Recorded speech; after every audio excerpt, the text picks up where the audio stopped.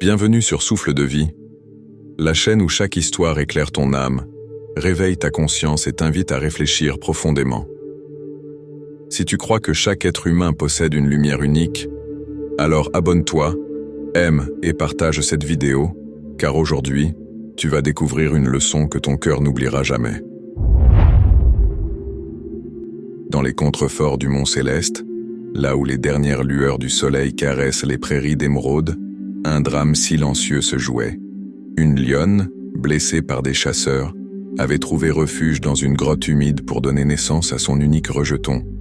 Elle lécha tendrement le petit être à la fourrure claire en lui murmurant les rugissements ancestraux de leur lignée. Mais la vie la quittait trop vite. Le lionceau nouveau-né, encore aveugle, se blottit contre le corps qui se refroidissait, inconscient de son royal héritage. C'est là que le vieux berger Ménalque, suivant le chant mélancolique du vent, découvrit cette scène déchirante. Ses yeux ridés par les saisons perçurent immédiatement la noblesse de l'orphelin. « Ô destin cruel !»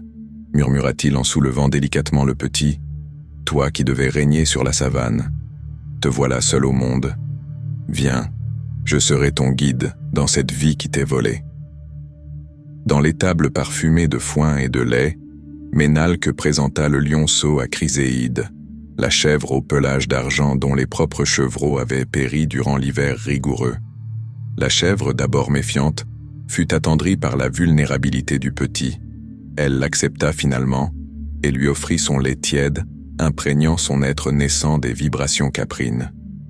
Les jours se transformèrent en semaines, puis en mois. Le lionceau, baptisé Léon par le berger, mais appelé Doupa par le troupeau, grandit dans cette paradoxale existence. Ses premières tentatives pour bêler n'étaient que des grognements maladroits qui faisaient rire les chevreaux. Son corps, plus massif, peinait à imiter la grâce sautillante de ses frères et sœurs d'adoption. Pourtant, son esprit malléable s'adaptait. Chaque matin, il apprenait à brouter l'herbe basse plutôt que de guetter l'horizon, à baisser la tête en signe de soumission plutôt que de la dresser avec fierté, à fuir au premier signe de danger plutôt que de faire face. La nuit, pourtant, des rêves étranges le visitaient, des vastes étendues dorées, des courses effrénées sous les étoiles, un pouvoir ancestral qui pulsait dans ses veines. Mais au réveil, le bêlement rassurant de Chryséide effaçait ces visions, les reléguant au rang de simple fantaisie.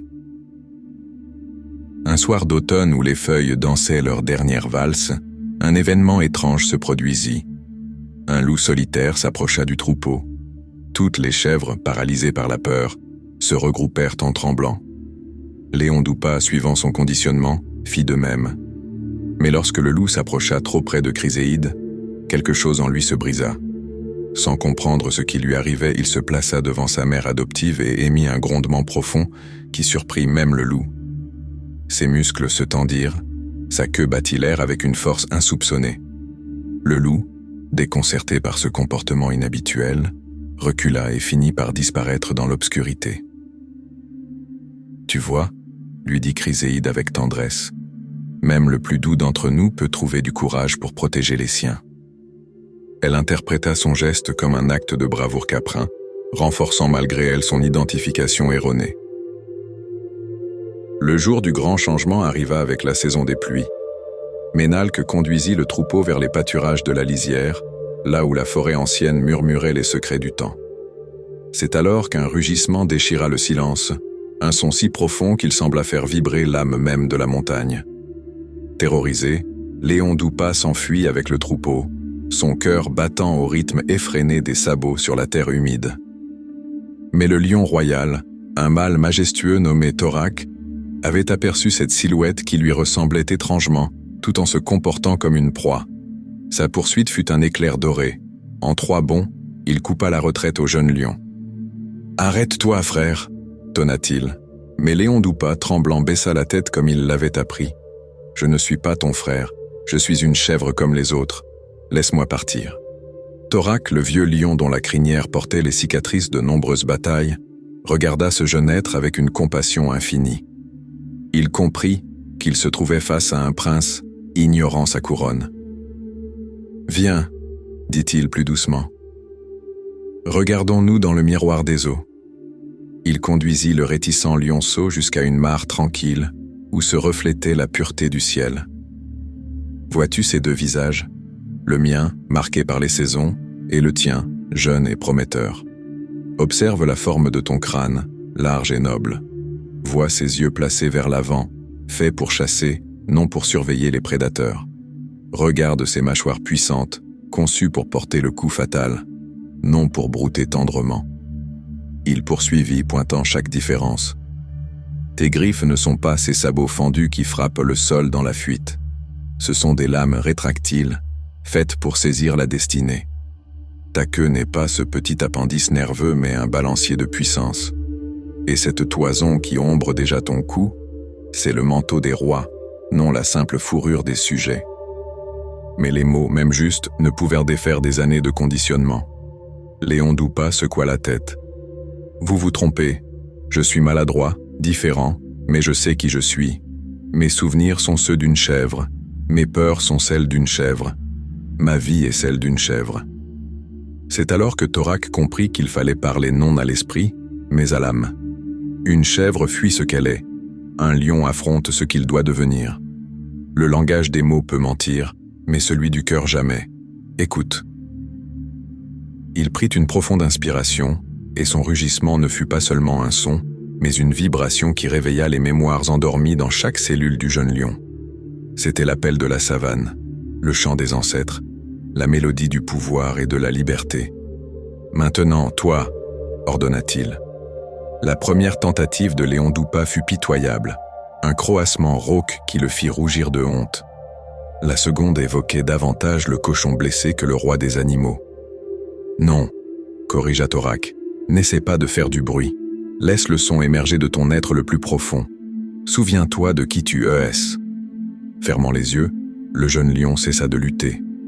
Il laissa monter en lui cette énergie primitive qu'il avait toujours refoulée. Et alors, ce fut comme si la montagne elle-même rugissait à travers lui. Un son pur, puissant, libérateur, qui fit trembler les feuilles et s'envoler les oiseaux. Dans l'écho de ce rugissement, toute son histoire fictive s'effaça. Les souvenirs véritables affluèrent, pas ceux de sa courte vie, mais ceux de son essence éternelle. Il comprit que sa maladresse parmi les chèvres n'était pas une infirmité, mais la preuve qu'il était fait pour un autre destin. Il regarda Torak et vit non un étranger, mais un frère. Il regarda ses pattes et vit des instruments de puissance, non des membres disgracieux. Il regarda l'horizon et vit son royaume, non une menace. Sans un regard en arrière, il suivit Torak vers la forêt. Derrière eux, le vieux Ménalque souriait, une larme brillant dans ses yeux. Il avait toujours su que ce jour viendrait. Cette histoire transcende la simple fable animalière pour devenir le miroir de notre propre quête identique. Comme Léon Dupas, nous portons des identités superposées. L'identité biologique, le corps, l'identité psychologique, les pensées, émotions, l'identité sociale, rôle, statut, l'identité culturelle, croyances, valeurs. Mais toutes ces couches ne sont que le costume, non l'acteur. Notre troupeau, famille, société, culture, nous enseignent comment bêler correctement. Ces conditionnements ne sont pas mauvais en soi, mais deviennent des prisons lorsque nous oublions qu'ils sont relatifs et non absolus. Le rugissement de Torak représente ces moments de grâce où la vie nous rappelle à notre véritable nature, une passion qui nous consume, une intuition profonde, une crise existentielle, une rencontre transformatrice, une pratique spirituelle. L'éveil n'est pas instantané, il requiert le courage de regarder dans le miroir de la vérité, la volonté de remettre en question nos croyances les plus ancrées, l'acceptation de notre puissance souvent refoulée, la pratique persistante de notre rugissement authentique. En se découvrant lion, Léon Dupas se libère de la peur permanente de la chèvre, du sentiment d'inadéquation et de malaise dans son propre corps. Et paradoxalement, il libère aussi les chèvres d'un membre qui n'était pas à sa place. Au-delà même de l'identité de lion, que sommes-nous?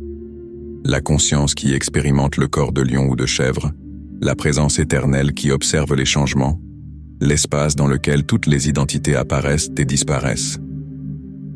Si cette histoire t'a touché, si elle t'a rappelé ta propre valeur, alors abonne-toi à Souffle de Vie, aime cette vidéo et partage-la autour de toi.